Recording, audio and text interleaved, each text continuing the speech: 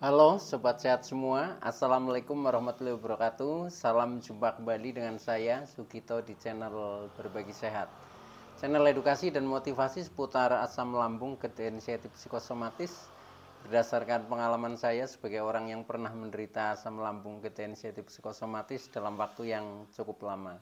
Dan Alhamdulillah sekarang sudah sembuh. Harapan saya khususnya kepada teman-teman yang masih dalam penderitaan asam lambung, gerd, inisiatif psikosomatis, setelah menonton video ini akan dapat tersugesti dan termotivasi untuk dapat cepat sembuh.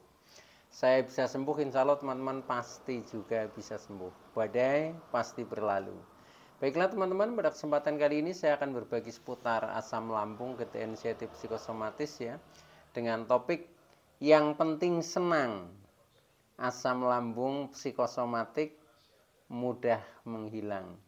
Baiklah teman-teman ya, sebelum saya lanjutkan, tolong yang belum subscribe channel ini, klik subscribe dan loncengnya supaya teman-teman tidak ketinggalan konten video-video berikutnya. Dan jika suka, klik like, lalu bagikan ke sosial media teman-teman. Semoga bermanfaat buat kita semua. Baiklah, kita lanjutkan ya. Jadi topik kita kali ini adalah yang penting senang atau gembira ya, atau riang. Asam lambung, gerd, inisiatif psikosomatis akan mudah menghilang. Teman-teman semua perlu diketahui bahwa penderitaan asam lambung, gerd, inisiatif psikosomatis ya, yang disebabkan oleh multifaktor ya, ini bisa dari faktor mungkin makanan ya, dari faktor mungkin pola hidup ya atau gaya hidup, bisa juga dari faktor pikiran atau pola pikir ya.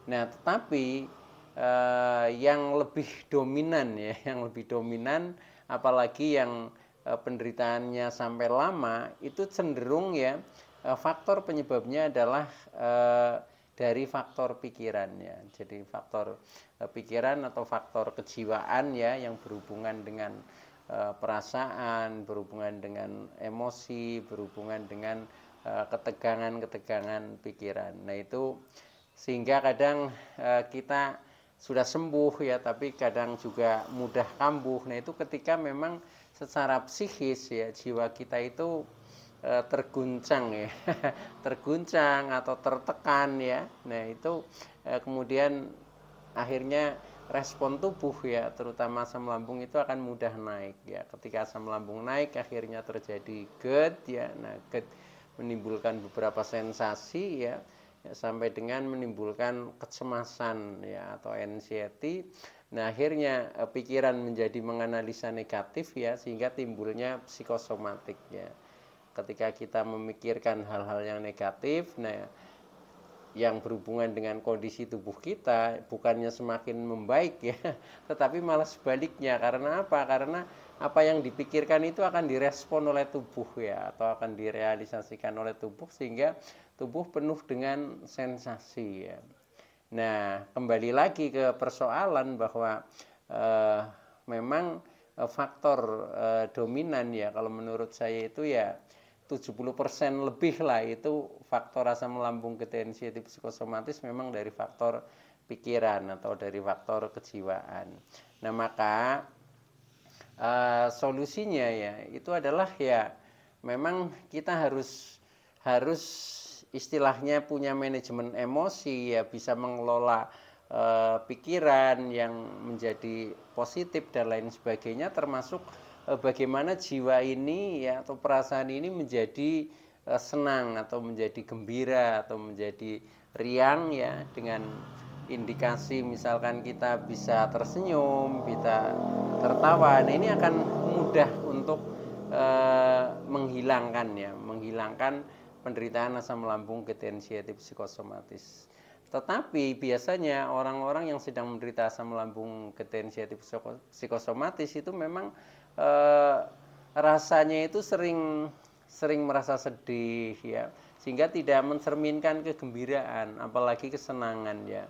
Merasa tersakiti, contohnya seperti itu, merasa tidak percaya diri. Nah, ini hubungannya semuanya dengan mental teman-teman, dengan mental, dengan perasaan. Kemudian kadang mudah tersinggung ya, mudah emosi. Nah, ini menjadikan apa ya, ya respon tubuh menjadi negatif ya, karena memang kejiwaannya ini belum, istilahnya belum riang ya, belum riang. Nah, maka menjadikan asam lambung selalu merespon ya, yang ujung-ujungnya menjadi asam lambung sering naik ya. Nah, kalau asam lambung sering naik ya sudah, itu akhirnya penderitaan itu akan lama ya, walaupun kita kadang sudah minum obat, kalau memang pikiran juga belum tertata ya, belum fresh, kemudian perasaan juga masih merasa menderita, masih merasa tersakiti, masih menyimpan sakit hati, kemudian masih bersedih ya. Nah, ini juga seolah-olah tidak ngefek ya obat itu. Jadi akhirnya perasaan itu lebih dominan. Nah, maka dari itu pada session kali ini saya ingin sharing kepada teman-teman ya. Jadi kalau saya analisa tentang hal-hal yang berhubungan dengan kejiwaan yang bisa istilahnya membantu asam lambung itu menjadi mudah menghilang ya, atau menjadi cepat sembuh, yaitu diantaranya memang kita harus bisa merasakan kesenangan. Makanya topik kali ini adalah yang penting senang ya. Kalau kita merasa senang itu otomatis ya, jadi asam lambung ini akan normal ya. Ketika asam normal dalam waktu yang panjang, maka kita ya akhirnya sembuh ya, karena ketika asam lambung normal sensasi juga tidak akan muncul ya, baik itu sensasi yang bersifat fisik maupun yang bersifat psikis ya. Nah, ini akan mudah menghilang ya. Nah, maka dari itu supaya hal itu bisa tercipta ya, nah ini yang penting senang itu harus kita lakukan, walaupun orang yang sedang menderita asam lambung ketensiatif psikosomatis yang kita selalu merasa sedih, merasa mungkin apa ya, tersakiti dan lain sebagainya. Nah, ini untuk punya perasaan senang itu juga kadang susah ya. Susah itu loh. Jadi hawanya ini murung ya, hawanya mudah emosi, menyalahkan orang lain dan lain sebagainya. Itu hanya seperti itu ya. Nah, maka dari itu tolong ya sadari bahwa ini demi apa ya, ya perbaikan ya, atau demi kesembuhan teman-teman yang mungkin masih dalam penderitaan seperti itu ya. Jadi pokoknya yang penting senang. Nah, untuk yang penting senang ini adalah lakukan hal-hal yang menyenangkan lah ya. Yang hal yang menyenangkan ini bagaimana? Nah, ini mudah teman-teman ya, mudah caranya ya. Yang pertama ini kembali ke masa lalu yang menyenangkan ya. Nah, ingat-ingat saja masa lalu ketika kita belum terkena penderitaan asam lambung ketensiatif psikosomatis, itu yang menyenangkan bagi kita itu apa? Yang paling happy ya, yang paling membuat kita bisa enjoy ya, bisa tersenyum, bisa tertawa, itu hal apa? Nah, itu ya. Nah, contohnya kalau saya misalkan ketika saya bisa berkumpul dengan teman-teman lama, kemudian bisa sesuai dengan apa ya, ya bisa saling ngobrol, saling sharing, bisa akhirnya bisa tertawa, bisa tersenyum, itu saja sudah suatu kebahagiaan ya, suatu kebahagiaan ya. Belum lagi ketika kita ingat masa-masa lalu bersama teman-teman mungkin ya, ketika kita melakukan hobi bersama ya. Hobi bersama contohnya kalau saya dulu itu hobinya bermain musik ya. Jadi kadang kita ketemu dengan teman-teman lama, mungkin kita main jadi dalam satu grup, kemudian kadang kita berkaraoke bersama. Nah, ini suatu kesenangan tersendiri ya. Nah, akhirnya kita menjadikan lupa dengan penderitaan. Nah, ketika seperti itu ya betul-betul badan ini menjadi terasa lebih nyaman, terasa lebih enak gitu loh. Nah, seandainya itu bisa berlangsung sering ya, itu bagaikan obat ya, bagaikan obat, akhirnya kita lama-lama menjadi sembuh ya. Pokoknya buat saja yang penting senang, itu seperti itu.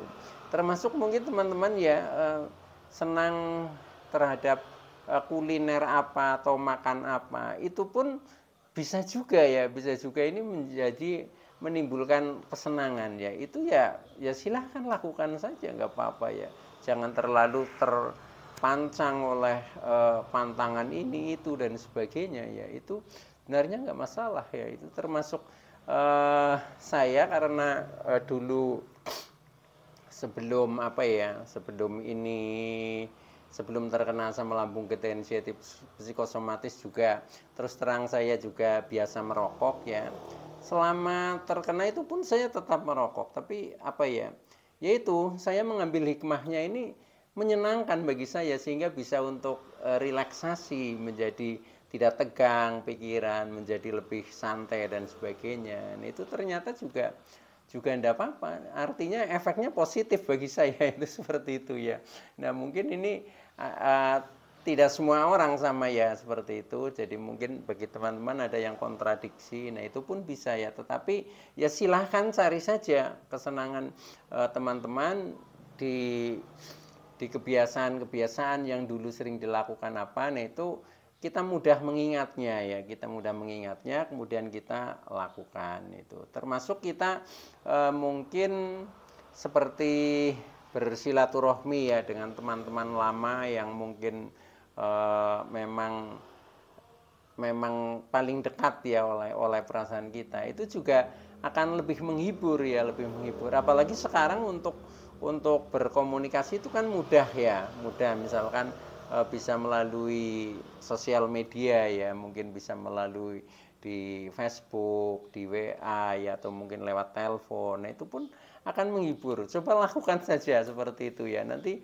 tahu-tahu kita sudah menjadi semangat gitu, menjadi enteng. Nah, akhirnya penderitaan kita akan terlupakan ya. Nah, ketika kita sudah lupa dengan penderitaan, akhirnya dengan sendirinya ini asam lambung akan selalu normal ya. Nah, ketika asam lambung selalu normal, ya udah, sensasi juga menghilang. Nah, akhirnya kita menjadi sembuh, teman-teman.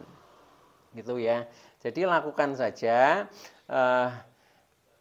hal yang menyenangkan. Nah, contohnya itu kembali ke masa lalu. Itu tadi yang saya sampaikan tuh yang intinya berhubungan dengan orang lain ya. Nah, contohnya kembali ke teman-teman lama dan sebagainya.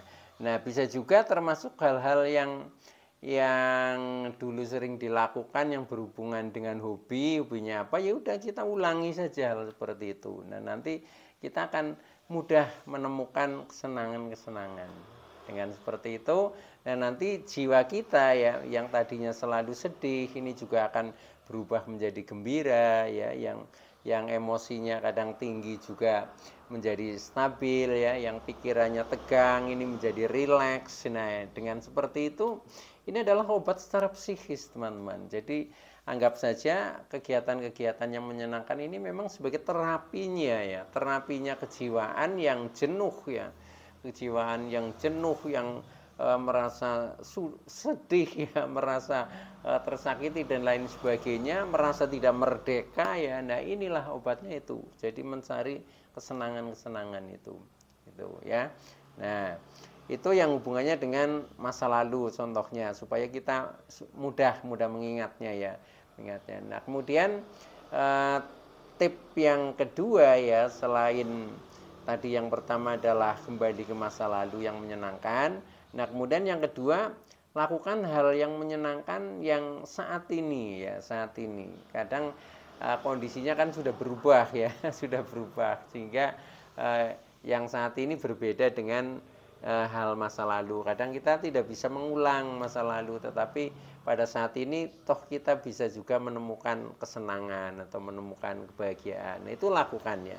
Nah, contohnya hal-hal yang berhubungan dengan profesi ya, berhubungan dengan pekerjaan kita, ya udah kita tekuni saja, kita lakukan dengan ikhlas ya. Akhirnya kita merasa enjoy dengan kegiatan apa yang sedang kita lakukan. Nah, ketika kita bisa melakukan kegiatan-kegiatan itu dengan ikhlas, dengan enjoy, bisa menikmati, nah akhirnya itu juga asik ya. Nah, ketika kita sudah merasa asik, nah itu nanti akan menimbulkan rasa senang, teman-teman ya.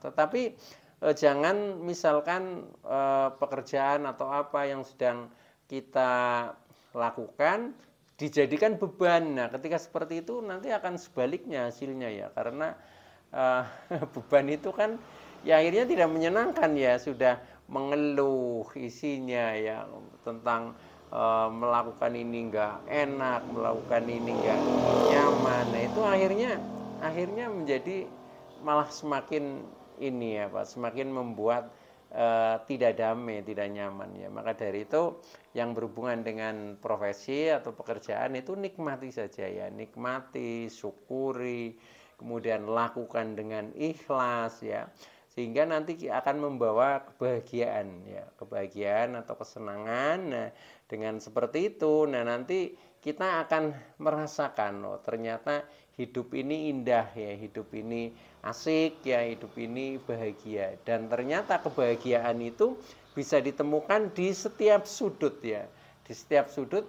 Yang penting kita bisa mensyukuri ya, kita bisa mensyukuri, kita bisa menikmati. Nah, akhirnya nanti akan menemukan kebahagiaan atau kesenangan.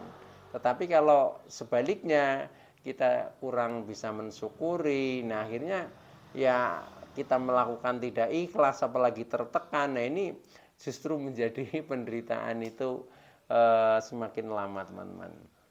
Oke ya, jadi itu yang contoh melakukan kegiatan yang berhubungan profesi. Intinya kita lakukan dengan ikhlas, kita syukuri, kita nikmati supaya bisa mendatangkan kebahagiaan atau kesenangan.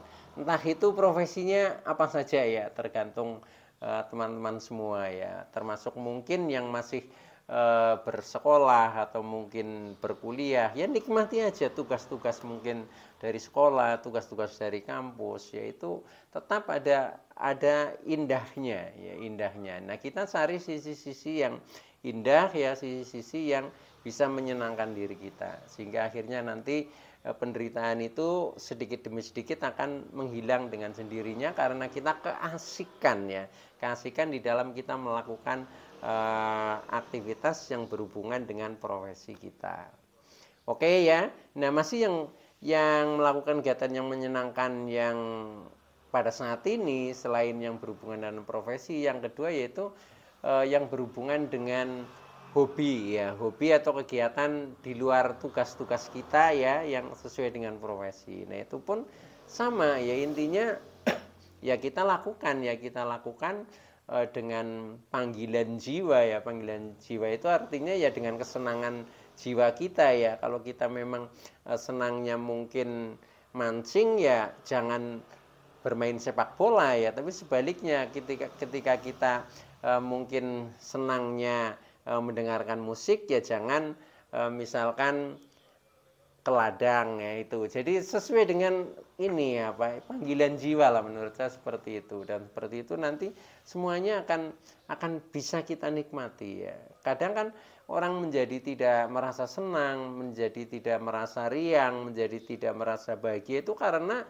ada sesuatu yang tidak pas dengan perasaan kita. Jadi sebenarnya kita seleranya A, nah terpaksa kita harus melaksanakan yang B itu loh. Nah, sehingga di sini ada tekanan menjadi tidak nyaman, menjadi tidak suka. Nah, ini yang menjadikan kurang baik ya. Jadi kita pilih kegiatan-kegiatan ya itu yang sesuai dengan selera kita, sesuai dengan hobi kita ya, sesuai dengan panggilan jiwa kita, sehingga nanti ya akan mendatangkan itu kesenangan-kesenangan, kebahagiaan. Apalagi setiap kita melakukan yaitu kita laksanakan dengan ikhlas, kemudian kita selalu bersyukur ya, kita akhirnya bisa menikmati, teman-teman. Gitu ya. Nah, ini yang berdasarkan hobi ini banyak sekali ya, banyak sekali. Dan pada dasarnya setiap orang ini hampir berbeda semua ya, tidak ada yang sama. Nah, maka dari itu saya tidak bisa memaksakan misalkan supaya senang harus jalan-jalan, misalnya supaya senang harus rekreasi, bukan itu ya, tetapi senang menurut jiwa kita ya, menurut hobi kita. Nah, kalau saya contohnya ini, saya contohkan kepada diri saya sendiri karena saya yang bisa merasakan seperti itu. Nah, kesenangan saya ya kalau misalkan yang berhubungan dengan hobi, contoh ya ketika misalkan sudah saya pulang kerja ya, atau mungkin saya sedang libur, ini saya merawat burung di rumah ya. Jadi saya punya ternak burung ya, burung puter namanya ini ya lumayan banyak. Nah itu ternyata menghibur juga. Saya merasa puas ketika melihat burung-burungnya sudah beranak ya, sudah berhasil, kemudian bisa mencetak suara yang bagus. Nah ini kepuasan tersendiri.